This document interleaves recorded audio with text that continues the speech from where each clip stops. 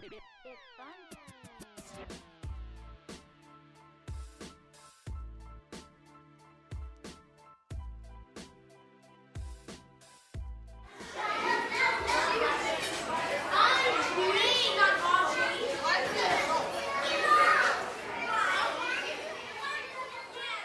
Hi, my name is Tanea Williams. I am an energy practitioner here at Ashanti Wellness.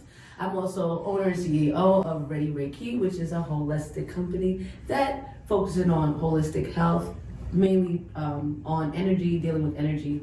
And I work with young kids, adults, young adults.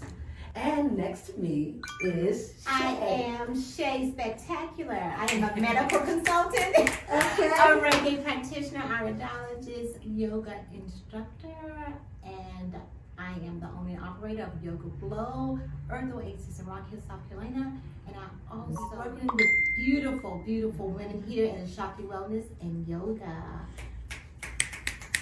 Yeah. Hello, I'm Asha Sims, owner of Shakti Wellness and Yoga.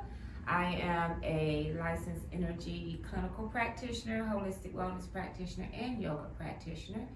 And welcome to our live talk today. We're here to talk about sensory sensitivity in younger kids today. It shows up in different phases. So even though children of ADHD, autism, Asperger's, those are all different diagnoses, but they have a common theme of having sensory sensitivity.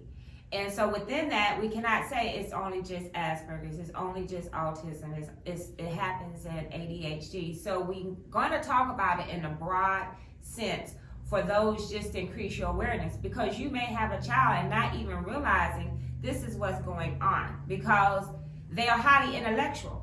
So it's not like they have developmental delays. So it throws you off like, something's not right, but they're so highly developed in this area. So it could get misdiagnosed, and often, if you're not aware of it, it can really impact them by the time they get to grade school or when they hit first grade in school, if these things have not been addressed early on.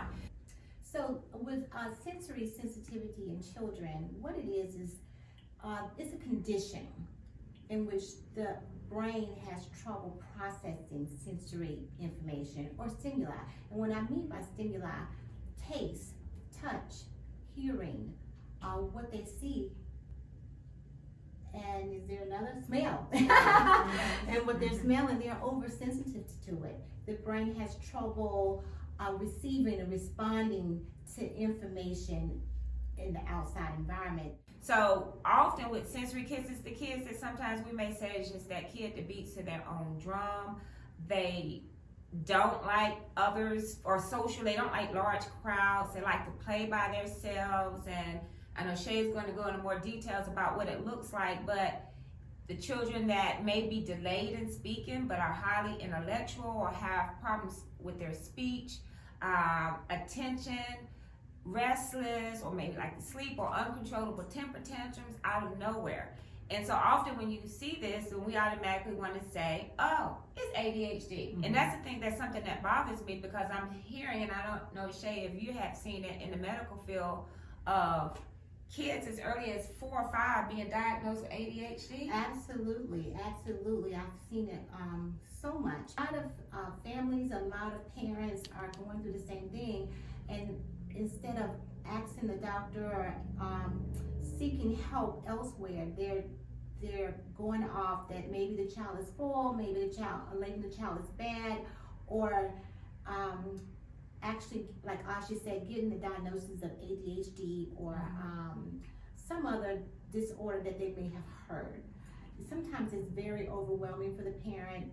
They are kind of resistant or not wanting to take the child out in public because they feel like they have to explain the behavior of the child. So it can be a very lonely place for parents themselves. Actually, I know on the mental health side, it's not actually a mental health diagnosis. It's not. To go and say, and even on the medical side, I know they give the term sensory Sensitivity. disorder. Sensory processing disorder. And yes. that's why we want to talk about it and just say sensitive sensitivity and not put disorder, to put another label on it. Absolutely. As if something is wrong. And often do they grow out of it? I think it's as they get older, they possibly can grow out of it. They learn to deal with it. They learn to adjust and make provisions for whatever the sensitivity is toward. And actually going back to putting a label or labeling as a diagnosis of or dysfunction, doctors really don't know the cause of it. Some believe it's just that children are just extra sensitive. Some say that it's just a normal part of a child growing up. Some say that it's a symptom of another disorder, like Asha mentioned, whether it's Asperger's, autism, hyperactivity, or a host of others. And some say it's just a normal part of being a child. So there's not a definitive diagnosis. That's why it's good not to put the label disorder or dysfunction on it. Your child is just sensitive. Child can be either overactive or underactive. Overactive sensory sensitivity, the child has issues with how food tastes. They may have a gag reflex. They have sensitivities to the way their clothes fit on them, or even the clothes even touching their bodies.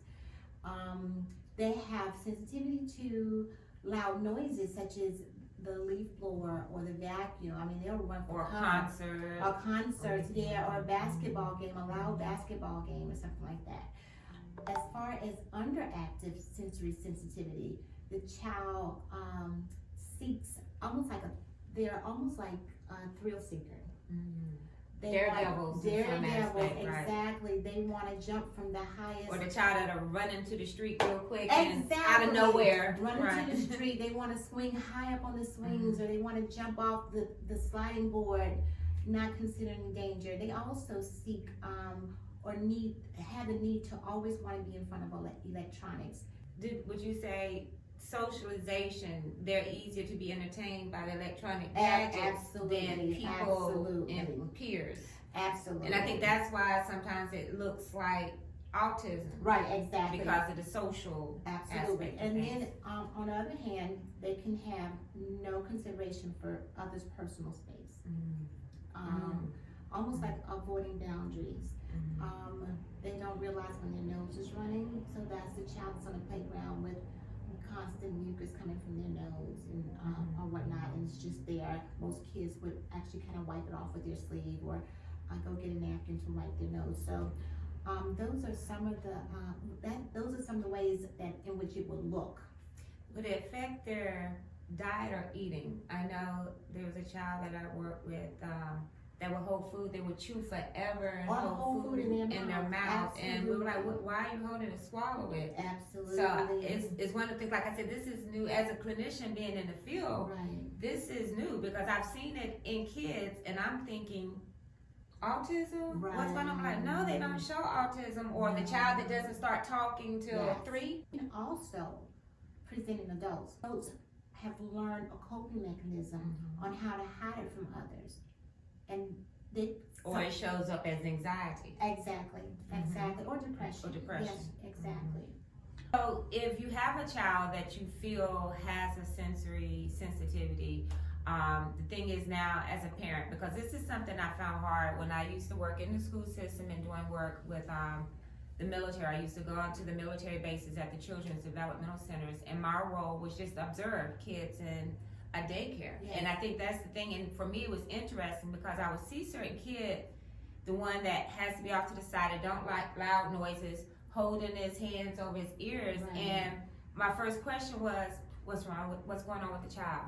They said, I don't know. I said, does he always present this? And they said, well, the parent just dropped him off. So what I'm finding as I work with parents and how to help parents, you have to, it's not a reflection on you as a parent of what's going on with your child. Everybody just sees their behaviors. Right. It's not the intellect. So in working with children like that, I found that you may have to look at alternative learning environments, because you think about classes that are full of 30 or something students. With that's minimum over teachers to kind of help. Teachers' assistants, they're not there. So it's overstimulation. It really is. And so it's hard to focus. So I'm saying that you may have to look at smaller school environments, or homeschool if you're able to do so. I Another thing I've noticed that in seeing that within the younger kids, the social skills reinforcement is very key to help them learn how to get along with peers since they're overstimulated. Yeah. So things and activities as if what T is going to be doing this weekend is wonderful for helping them to get used to peers in spaces. And if the parent is there, they can feel safe with the parent to start exploring these different boundaries within themselves to feel comfortable. Or if your kid goes to daycare, now this is a thing if all parents are not able to keep their kids home. So you have this child in daycare, you pick them up, they're drained, they're exhausted, they're cranky. You pick them up and they're in a corner not wanting to play with any other kids, and then that causes social, all the kids, what's wrong with him, and can cause the picking and teasing that causes even more. So if you're noticing this, it is good even early on to get them involved in social activities. It's offering support to the parents because of feeling helpless or don't know what to do. And that when you're frustrated, that child is frustrated and having a temper tantrum, then you want to respond. And then the other thing I would say of being aware of with kids that are sensitive, most of the time they also feed off the parents. Yes. Because these kids are very sensitive. You understand, they were in the womb. So they know when mom is stressed. They know when mom is angry. And if they feel it, then they pick up the same energy. So then you have two people that's like, trying to get along, and it can cause discord in the house, lack of communication because everybody's frustrated. So I would say even like with T doing this with the kids, I encourage parents, there are support groups out there. I saw a wonderful Facebook group for parents of sensory sensitive kids, or to come for therapy to process yourself on what is going so you can have more effective communication skills, because if you get frustrated with the child, they're going to get frustrated and it's going to shut all things down. So I would say in that support for the parents, it is okay, it's not saying anything wrong with you, but you need support too on how to process and how to be there for your child. The cornerstone, the root of it is that it allows you to understand that there's nothing wrong with your child or children if they exhibit such behavior.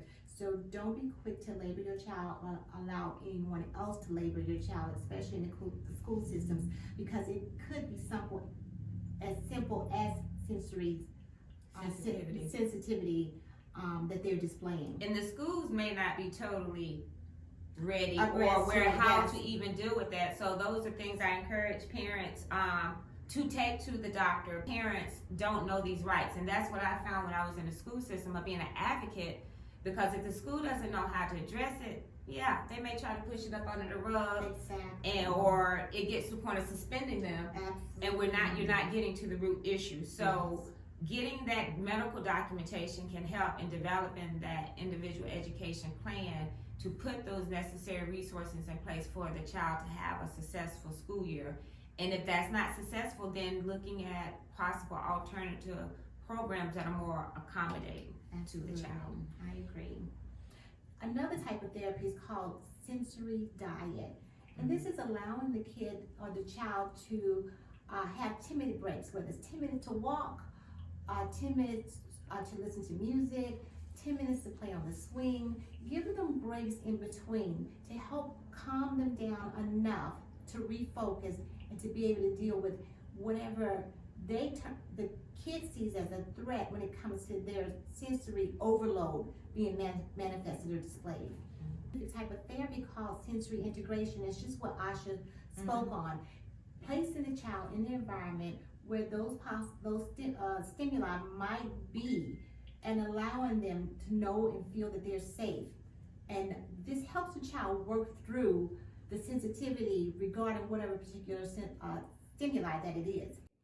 Okay, what is sensory play? Sensory play is any type of play that encourages the child to use any or all of their senses to play in this activity, whether it's their hands, smell, different things like that. What are the benefits of sensory play? The benefits of sensory play is that it helps kids increase their creativity, helps them to learn to explore and to discover new things. It also helps them with their nervous system. It helps their mind to process the message that they're getting from their senses. So I'm going to give you some sensory play ideas that you can do at home. It may not be, it'll be cost friendly, and it'll be fun for you and your child. One is Play-Doh. We all love Play-Doh. You know, Play-Doh You can use it in your hand, you squish it, you pull it. It helps to, again, with creativity. Another one, a real simple one, you can have it anywhere, is a water bin. You could throw some toys in it, or you could just have water in it. And you guys splash and you play, things like that. We also have painting, which is one of the big ones. They can either do finger painting or actually using the brush. Finger painting would be for a child that does not have the sensitivity of stuff being on them. And the children that do have sensitivity with paint or anything being on their skin, they would probably want to use the brush more for sure. And then another one that's really fun is Dino Mud, and this is what they call it. It's shaving cream and it's sand. These two combinations makes a very fun activity that's easy to clean and you can do for hours. I want to thank you for you guys coming to talk with us on this live chat today about sensory with children. I am hoping and looking forward to seeing you on Friday, December 10th, on our live chat with my buddy Shay to give more depth about children and the sensitivities that you would see. It is again Friday, December 10th at 12 o'clock. We will see you there. You can sign up at Ashanti Wellness/Connect. And we're also having a sensory playdate Saturday, which is going to be that following Saturday. And this is going to be a time for you to come and actually play with these sensory games. We're going to have so much fun. So you, your child, come on down. It's going to be for an hour. It's at 1 p.m. to 2 p.m. And I can't wait to see you then. You can also sign up on Ashanti Wellness/Connect. When are the parents involved, or is it just the children? The parents can come as well, but it's not necessary for you to stay because there will be people there to play with your child. But if you want to stay, you are more than welcome to play with your child in these activities because we all are child inside. And come on, let's have some fun. Is there a fee? Yes, it's going to be $15 per child. Okay. Yeah, and children ages 5 to 10. We want to keep it with the younger kids right now. We will have another play date for older children with activities that would accommodate them as well. And I look forward to you. This is just the first of many. So come out. Wonderful. Yes. Good. It's fun.